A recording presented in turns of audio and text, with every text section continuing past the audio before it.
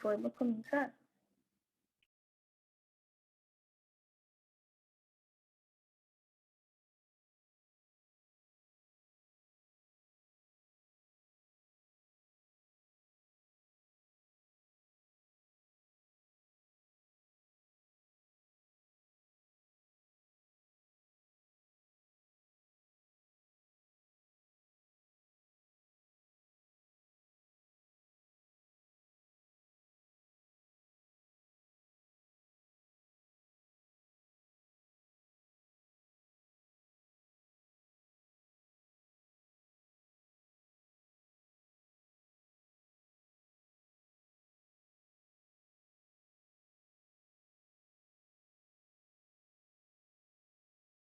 Ya entró, muchachos.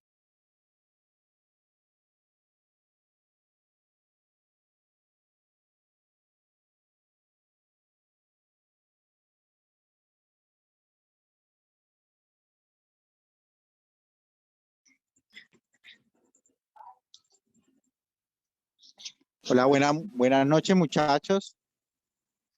Buenas noches, doctor. Buenas noches. Buenas noches, doctor. Bueno, Juli, hoy va a ser un caso especial. Vamos al final, al terminar todo, tomamos la lista, no la vamos a tomar desde el comienzo porque hay algunos muchachos que están rotando. Entonces, comencemos. Hoy, ¿quién expone?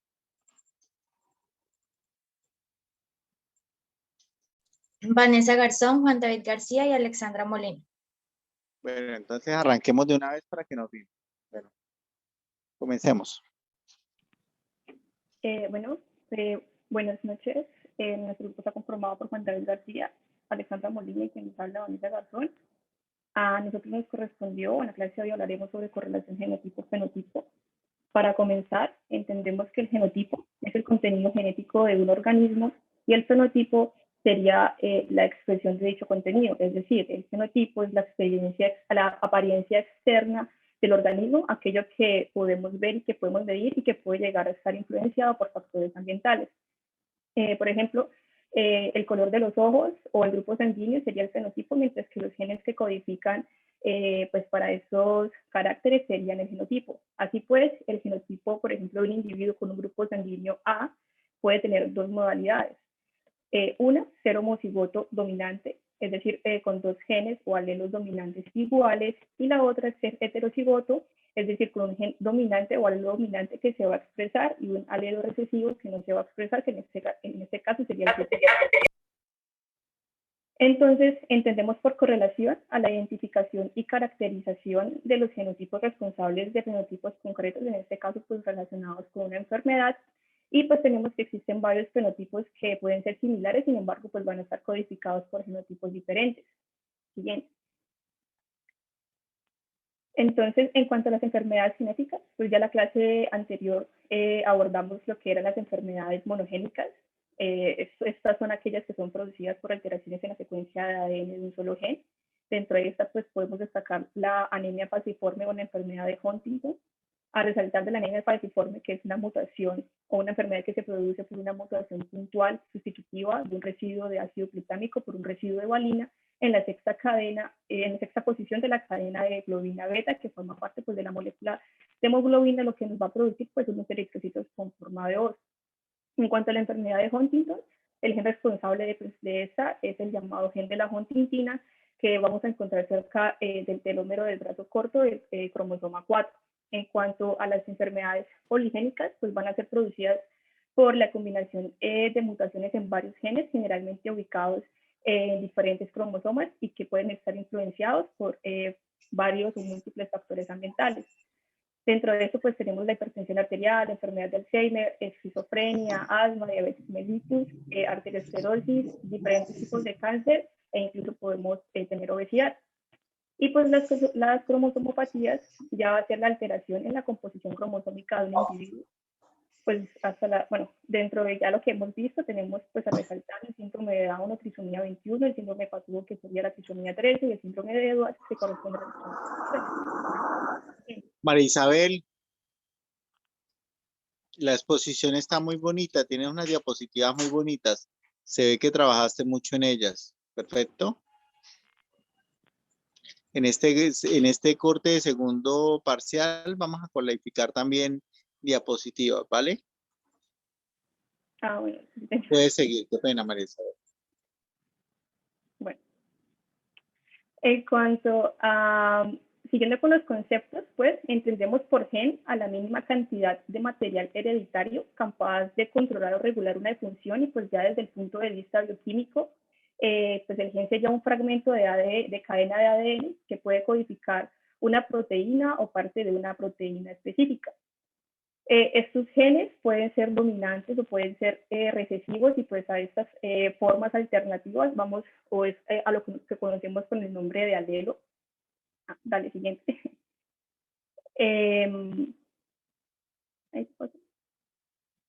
Sí. Bueno, a esos diferentes, no, siguiente. Sí, bueno, el alelo pues sería estas formas o estas formas alternativas de lo que es pues un gen. El locus sería el lugar que ocupa un gen en el cromosoma. Si hablamos pues en singular, hablaríamos de locus, y si hablamos en plural hablaríamos de loci. El término siguiente. Siguiente.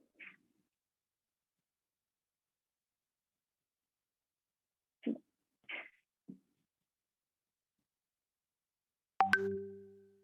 Y siguiente. La otra diapositiva. Bueno, entonces en cuanto a homocigoto, tenemos es un individuo pues que para expresar un carácter específico va a tener dos alelos iguales, y pues heterocigoto sería un individuo que para expresar un carácter va a tener dos alelos diferentes. En cuanto al término dominante, tenemos que es un alelo que puede expresarse en un estado heterocigoto, y en cuanto al alelo recesivo, pues es un alelo que solo puede expresarse en estado homocigoto. Siguiente. En estas imágenes, vale, para que pases otra diapositiva. Entonces, en estas imágenes podemos entender con mayor claridad los conceptos. Vemos entonces que las alas normales, el fenotipo de alas normales va a corresponder a un alelo dominante, y el fenotipo de alas arrugadas va a corresponder a un alelo recesivo.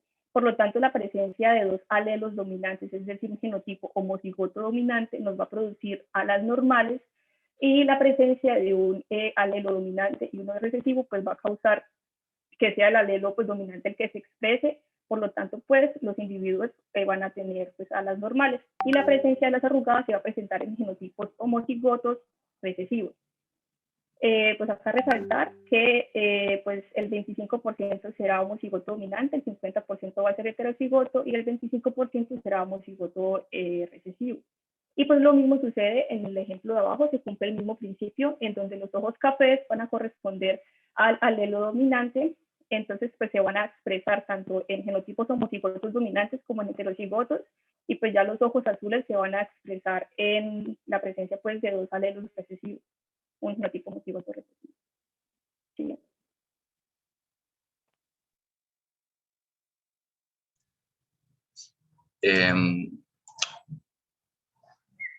Buenas noches. Para continuar entonces con las modificaciones de la expresión de un fenotipo, debemos tener presente que hay una serie de circunstancias que pueden modificar el efecto aparente de los genes y que se deben tener en cuenta cuando vamos a realizar una historia familiar o una exploración clínica. Estos se conocen como expresividad variable, penetrancia y heterogeneidad. Perdón que me está fallando la pantalla. Y heterogeneidad genética, perdón. Siguiente, por favor. Con respecto a la penetrancia de un gen, tenemos que es la capacidad de un gen patológico para expresarse en un individuo o en la población en general. Esa puede ser completa o incompleta. Siguiente, por favor. Entonces hablamos de una penetrancia completa cuando la mutación se expresa en un 100%, es decir, cuando está presente el genotipo, siempre se expresa el fenotipo. Y siguiente, por favor. Hablamos de penetrancia incompleta cuando la mutación se expresa en menos del 100% de los individuos heterocigotos, y por lo tanto el individuo presenta el genotipo y no expresa el fenotipo. Este individuo aparentemente sano Este individuo aparentemente sano transmite la mutación a su descendencia en un 50%. Debemos recordar además que la penetrancia incompleta parece ser efecto de la relación de la mutación con otros genes con los que interactúa, como por ejemplo el caso de la hemocromatosis o la ectrodactilia. Siguiente, por favor. Con respecto a la expresividad, debemos recordar que es el grado de severidad con que se puede identificar en un fenotipo por una mutación específica. Además, la fuerza con la que se expresa un determinado gen se determina por la intensidad de las manifestaciones clínicas. Entonces, en términos clínicos, la expresividad variable es sinónimo de gravedad, por lo que la expresión de un gen va a depender entonces de la relación del gen con el ambiente y de la relación del genoma con la relación del gen con el resto del genoma y la relación del genoma con el ambiente. Siguiente, por favor. Y con respecto a la expresividad variable, tenemos que siempre se debe tener presente cuando se va a confeccionar un árbol genealógico, y la variabilidad intrafamiliar va a depender entonces del ambiente, anticipación, presencia de fenotipos y mosaicismo, mientras que la variedad interfamiliar va a estar relacionada con la heterogeneidad. Siguiente, por favor. Bueno, en cuanto a la heterogeneidad genética, vamos a decir que ella va a ser la presencia de una variedad de efectos genéticos, es decir, mutaciones que nos van a causar una misma patología. Estas mutaciones pueden estar causadas en un mismo gen, en diversos genes, y a su vez estos genes pueden estar ubicados en diferentes loci y en diferentes cromosomas. Dale siguiente, por favor. Siguiente hasta pasarlo si quieres. En cuanto a la heterogeneidad, vamos a tener tres tipos: la heterogeneidad alélica, la no alélica y la heterogeneidad fenotípica. Pásalo si quieres. En cuanto a la heterogeneidad alélica, decimos que se va a presentar es cuando tenemos un gen y el gen está afectado, pero aún así vamos a presentar una misma patología, con la única diferencia de que estas mutaciones nos van a dar un fenotipo diferente. Un fenotipo diferente. Me explico. Tenemos el receptor FGFR3, que es un receptor fibroelástico que participa en el desarrollo del crecimiento corporal. Este receptor, cuando se muta, nos da una enfermedad que es el enanismo. Generalmente el enanismo lo conocemos es como acondroplasia, pero si se muta otro lugar de este receptor, vamos a tener el mismo enanismo, pero no asociado a acondroplasia, sino a hipocondroplasia. Es la misma enfermedad, pero vamos a tener dos fenotipos diferentes. Otra cosa que cabe recalcar es que, bueno, la heterogeneidad alélica va a construir una amplia y fundamental fuente de diversidad genética en cuanto al desarrollo. Dale siguiente, por favor. En cuanto a la heterogeneidad genética no alélica o de locus, podemos referirnos a ella como que un fenotipo puede estar causado por mutaciones diferentes en más de un locus génico. Me explico. Tenemos dos genes o más genes que pueden estar afectados, y estos pueden estar en diferentes cromosomas, pero aún así nos van a producir el mismo fenotipo o la misma condición clínica, es decir, la misma enfermedad. Ejemplos de ellos van a ser el síndrome de San Filipo, que nos va a dar pues la mucopolisacaridosis 3A, 3B, 3C y 3D, es decir, vamos a tener 4 déficits enzimáticos y ellos se van a encargar de la degradación del parasulfato, y todos ellos pues nos van a expresar la mucopolisacaridosis. Otra enfermedad que se puede evidenciar esto es la esclerosis tuberosa. Vamos a tener mutaciones de dos genes diferentes, uno está ubicado en el cromosoma 9, otro en el cromosoma 16, y aún así vamos a presentar la misma enfermedad. Y por último está la osteogénesis imperfecta. Tenemos mutaciones ya en genes como el COL1A1 y COL1A2, y pues nos van a dar la enfermedad. Dale siguiente, por favor. En cuanto a la heterogeneidad fenotípica, las mutaciones que suceden en un mismo gen también pueden dar lugares a fenotipos sorprendentemente diferentes. Y para entender esto nos vamos a referir a la enfermedad de Hirschsprung de manifestaciones intestinales y la neoplasia endocrina múltiple de carácter maligno o NEM1, ya que estas se deben a mutaciones en diferentes lugares en el gen RET. La enfermedad de Hirschsprung se caracteriza por que no se presenta el peristaltismo en una zona del intestino, es decir, vamos a tener, y esto se debe a que no tenemos nervios en una zona específica del intestino, por lo tanto el movimiento peristáltico no nos va a poder impulsar la materia fecal y finalmente vamos a tener la obstrucción, que es característica de esta enfermedad. En cuanto a la neoplasia endocrina múltiple de carácter maligno o la NEM1, lo que tenemos es que nos va a afectar las glándulas, entonces van a haber tumores en las glándulas paratiroides, en las células acinares pancreáticas e incluso en la glándula hipófisis. Dale siguiente, por favor. Bueno, Vanessa mencionaba en un principio la anemia falciforme. La anemia falciforme va a ser una enfermedad la cual pues está dada por 2 mutaciones, pero en últimas nos va a dar la misma característica, es decir, la anemia falciforme. Entonces, ella se va a caracterizar por la palidez debido a la anemia, una ictericia causada por la hemólisis, la esplenomegalia y el peso bajo. Cabe recalcar que pues estas patologías están asociadas a una homocigosidad para el gen de la hemoglobina y una mutación con cambio de centromicenso. Dale siguiente, por favor. Otra patología asociada a ellos va a ser la fibrosis quística. La fibrosis quística se han observado actualmente 1.400 mutaciones distintas para el mismo locio o locus del gen regulador de la conductancia transmembrana del FQ, es decir, la CFTR. ¿Y esto qué hace? La manifestación normalmente, la FQ, va a ser una enfermedad pulmonar grave, progresiva, asociada a insuficiencia pancreática y ausencia congénita de los conductos deferentes de los hombres. Pero ¿qué pasa? De estas diversas mutaciones en este mismo gen, puede causar que una persona solamente curse con una afectación pulmonar, como otra puede cursar con afectación pulmonar y también afectación pancreática, e incluso algunas personas solamente pueden cursar con alteraciones del tracto reproductor femenino, masculino. Dale siguiente, por favor. Entonces aquí tenemos los diferentes alelos implicados en este mecanismo. En verde tenemos a los asociados a enfermedad pulmonar con insuficiencia pancreática, y en violeta tenemos a las personas, los alelos implicados en aquellas personas que van a presentar enfermedad pulmonar con suficiencia pancreática. Dale siguiente, por favor. Bueno, esto es una trisomía que es muy común, el síndrome de Down, es con el síndrome mejor conocido de los desórdenes genéticos y pues la causa más común de retardo mental moderado. Dale siguiente, por favor. Lo traje acá es porque no todas las personas, o sea, todos hemos visto una persona con síndrome de Down, pero no todas ellas van a tener las mismas características fenotípicas. Entre las más comunes, y según esta tabla, tenemos a las personas con síndrome de Down van a presentar un cuello corto y ancho, mientras que solo el 6% de ellos pueden presentar tercera fontanela u otras anomalías como Neus y pseudoderma. Entonces, esto va a estar dado es por la heterogeneidad genética que se pueda llegar a presentar en cuanto al síndrome. Dale siguiente, por favor.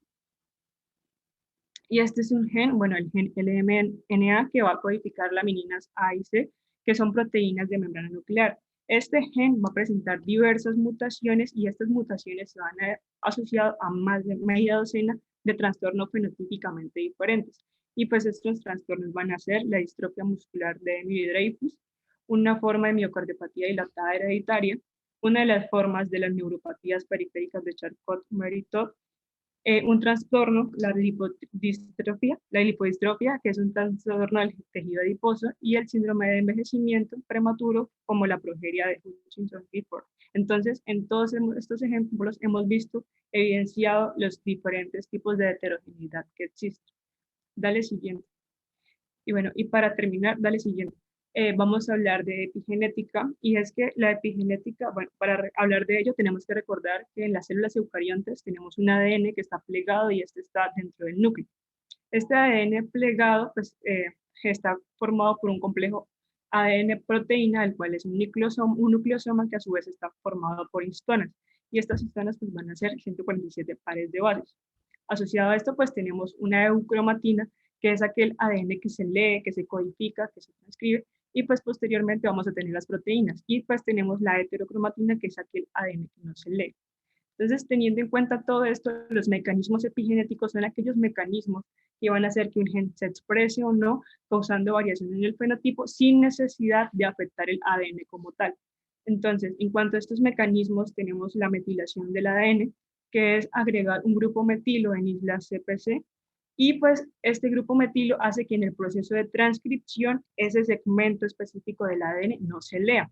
y pues por lo tanto vamos a tener una expresión fenotípica diferente a si se llegara a leer. Este mecanismo es el más importante, ya que participa en procesos como inactivación del cromosoma X y la carcinogénesis. Otros mecanismos están las modificaciones de histonas. Estas no se van a relacionar con activación e inactivación como lo podría ocurrir con la metilación y la acetilación, sino que ellos se relacionan más es con la exposición a una histona, ya sea alta o baja, para que se transcriba. Y pues esta exposición a la transcripción puede hacer que el segmento que se expone se transcriba, mientras que la parte que está escondida o que no está expuesta, pues no se va a transcribir.